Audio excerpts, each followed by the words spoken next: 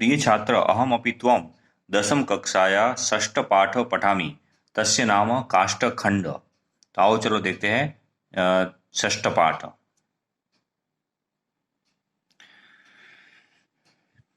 गंगा तीरे एक गुरु शिष्य स वर्तमान आसीत। गंगा के किनारे गुरु शिष्य के साथ ऐसे घूम रहे थे। स जल प्रवाहेण नियमान, वो जल प्रवाह में ले जा रहे कांचन काष्ठखंड दर्शयन, वो किसी जल प्रवाह में ले जा रहे एक लकड़ी के टुकड़े को दिखाते हुए शिष्य माह, शिष्य को कहते हैं अय जल प्रवाहेण स समुद्र प्राप्स्यति, ये जल प्रवाह के साथ वो समुद्र को प्राप्त होगा। लेकिन गमन मार्ग में जाने के रास्ते में उनके चार विघ्न आएंगे। जैसे कि तीरे संलग्नता, वो लकड़ी का टुकड़ा किनारे से संलग्नता मतलब किनारे से जुड़ा रहेगा। भारा अधिकेन जले निमग्नता, अगर भार अधिक होगा तो वो पानी में डूब जाएगा।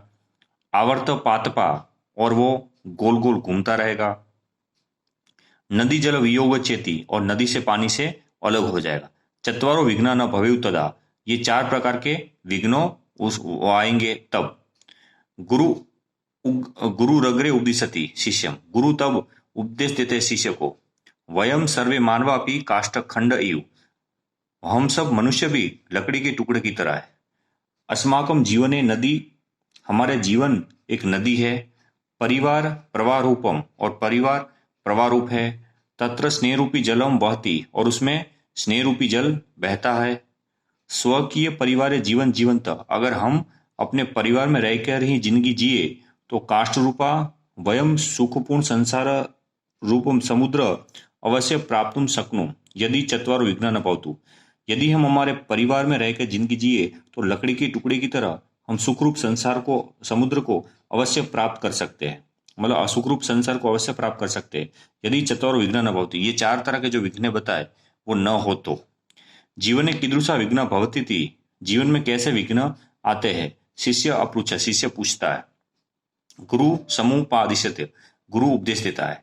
नदी रूपे जीवन आहार, नदी रूप के नदी की तरह जीवन में आहार, निंद्रा, भयाद, वो तीरभूता संति, वो किनारे की तरह हमसे जुड़े हुए हैं। तिरेसु संलग्न नाम, और वो किनारे के साथ जुड़े हुए हैं। जैसे कि आहार, निंद्रा, भयादि, सेवना, सतत प्रवृत्ति। और आहार करना, आहार यानी भोजन करना, निंद्रा लेना, भयभीत हो जाना, ये सब कुछ हम प्रवृत्ति ये करते रहते हैं। वस्तु तो आहार आदि सेवनीय भवंती, लेकिन ये वस्तु तो देखा जाए भोजन आदि वो हमेशा सेवन करना चाहिए। तथापि तत्र संलग्नता विघ्नएव, लेकिन उसके साथ हमेशा जुड़े रहना। जैसे भोजन उसके लिमिट में करना चाहिए, लेकिन उसके साथ ज्यादा भोजन करना तो ये नदी, वो किनारे की तरह जैसे लकड़ी जुड़ी रहती है वैसे हम भोजन के साथ जुड़े रहते तो वो विघ्न रूप है। आहार, निंद्रा, भयादिशु सतत प्रवृत्ति रूप विघ्न, हम आहार भोजन और निंद्रा में सतत जुड़े रहते हैं तो इसमें प्रवृत्ति करने में वो विघ्न रूप होते हैं।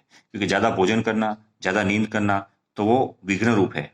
तो भवती चेत काष्ठखंड रूपा वयम सुखरूप समुद्र प्राप्त न सकनु, और ऐसे लोग वो लकड़ी के टुकड़े की तरह ही हैं और वो सुखपूर्ण संसार समुद्र को अवश्य पार नहीं कर सकते।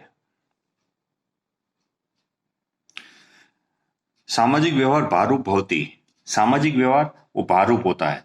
यद्यपि सामाजिक व्यवहार सर्वत्र अपेक्षित भवती, सामाजिक व्यवहार सभी जगह अपेक्षित होता है, मतलब सभी जगह हमें करना होता है।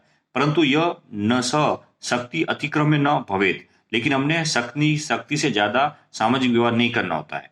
ये न जना स्वकीय शक्ति अतिक्रम सामाजिक व्यवहार कुर्वन्ति ते अति भारत्वात् निमज्जन्ति, निमज्जी मतलब डूब जाना। तो जो इंसान अपनी शक्ति से ज्यादा सामाजिक व्यवहार कुर्वन्ति करता है तो अति भारत्वाद मतलब अति से भार के कारण निमज्जति मतलब वो डूब जाता है। और निमज्जित जन सुखमय सुखमय संसार समुद्र प्राप्त न सकनोती, और डूबा हुआ व्यक्ति सुखरूप संसार समुद्र को प्राप्त नहीं कर सकता है। पर सामाजिक व्यवहार यानी कि किसी के शादी ब्याह में ज्यादा दहेज दे देना, अपनी शक्ति न हो उसे ज्यादा दे देना दहेज, या कोई भी दान दे देना ज्यादा, तो वो शक्ति से ज्यादा देना वो इंसान वो डूब जाता है, वो सामाजिक व्यवहार होता है। तो जितनी अपनी शक्ति होती है उतना ही हमें करना चाहिए। सुरापान अक्षकीड़ा, सुरापान यानी कि मदिरापान, अक्षकीड़ा जुआ खेलना, तमाबू भक्षणम तंबाकू खाना, चोर कर्म चोरी करना इत्यादि दुर्व्यसनानी, ये सभी दुर्व्यसन है। मानव जीवन आवर्त भूतानी संति, ये सभी मनुष्य को आवर्त भूत मतलब ये गोल गोल मनुष्य को गोल गोल जैसे लकड़ी का टुकड़ा गोल गोल घूमते घूमते डूब जाता है वर्लपुल की तरह, उसी तरह ये व्यसन भी मनुष्य को डुबा देते हैं। वो आवर्त आवर्त भूतानी है। और ऐसु पतित जन बहिर, मतलब इसमें डूबा हुआ व्यक्ति कभी बाहर नहीं आ सकता है। जैसे व्यसन में बहिर आगतु न सकनो, मतलब उसमें व्यसन में जैसे चोरी, जैसे व्यसन में अगर लगा हुआ है तो इंसान वो बाहर नहीं आ सकता है। अतः तत्र पतन में न भवेत तादृशम प्रयत्न सतत करणीय भवत, और जब तक उसका पतन विनाश नहीं हो जाता है तब तक हमेशा वो सतत प्रयत्न करता रहता है। ये जना व्यसनेषु पतिता संति ते तरंतपि एक स्थाने परित भ्रमंति, और जो इंसान व्यसन में लगा होता है वो एक ही जगह पर वो स्थान पे वो घूमते रहते हैं, और तेषां प्रगति बाधित भवति, और उसकी प्रगति भी रुक जाती है। तस्ते सुखादि रूप संसार समुद्र प्राप्त न आती, और वह सुखरूप संसार को समुद्र को प्राप्त नहीं कर सकता है। परिवारात विमुखत्वम, अब चौथा विघ्न है परिवार से अलग होना, तो एवं नदी जल वियोग, इसी तरह नदी से जल से अलग होना। सामान्यतः परिवार निवसंत, सामान्य तरह देखा जाए लोग अपने परिवार में रहते हैं। एवं वयम संसार समुद्र प्राप्त समर्था भवाम, और वो अपने सुखपूर्ण संसार समुद्र को अवश्य प्राप्त कर सकते हैं। परंतु लेकिन कचित जन, कोई व्यक्ति स्वार्थवशात स्वार्थ के कारण, क्रोधवशात क्रोध के कारण वह परिवार प्रतिमुख भवती, और परिवार से अलग हो जाते। सोपी नदी परिवार जल स्नेह नियुक्तम कदाचित अपनी ज्ञान सुखेन पूर्ण आनंद में संसार समुद्र न प्राप्त होती, तो वो परिवार से अलग हो जाते हैं तो वो अभी कभी सुखपूर्ण और आनंदपूर्ण संसार रूपी समुद्र को प्राप्त नहीं कर सकते हैं।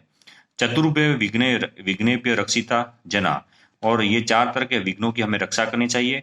ज्ञानेन सुखेन च पूर्ण आनंद में संसार समुद्र अवश्य प्राप्त बनती, तो हमें ज्ञानपूर्ण और सुखरूप ये आनंद रूप ये संसार समुद्र को अवश्य प्राप्त करना चाहिए। तो यहाँ आपका षष्ठ पाठ काष्ठखंडम ये खत्म होता है, उसकी ग्लोसरी, उसकी एक्सरसाइज और ये इसका ट्रांसलेशन आपको अच्छी तरह आपकी CW में लिख लेना है।